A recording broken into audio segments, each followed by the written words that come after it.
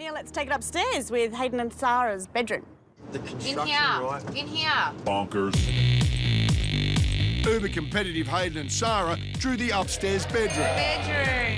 Without the need to don a tool belt, construction manager Hayden took the styling reins and bolted. What about this under the bed? You need storage. Claw, nip, nip. You need a shush. But it wasn't Hayden's idea that Sara was keen to go with. You know what we should have gotten? Heaps of flowers. You see, there's just in Norms, that was really nice. They had, like... And so Sara appealed to the Queenslander's generous nature. Do you guys have any spare flowers?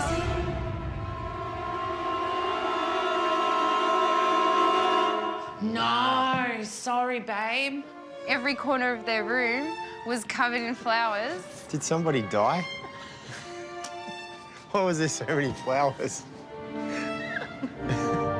But it's still a competition, and Sara and Hayden had to present their room fragrance-free.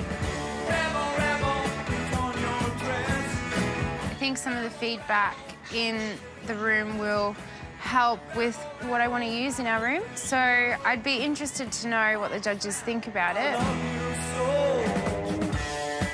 I don't quite know what to say, other than that old expression, it's greater than the sum of its parts. Wow. You took some risks, and that is a risk in itself. Somehow it does make an impact. Well, it does make an impact because it made me go, As it turns out, I actually loved it. It made me smile. Thank you. Oh, God. And I thought it had a real sense of fun, it had energy, and it had glamour. My fellow judges didn't feel quite the same way, and that's a danger because it means that you're polarising. Really, lemons have no place in a bedroom. literally, it's like that piece of artwork on the bedside with the lemons. It's almost saying, if you don't like it, go suck lemons, because...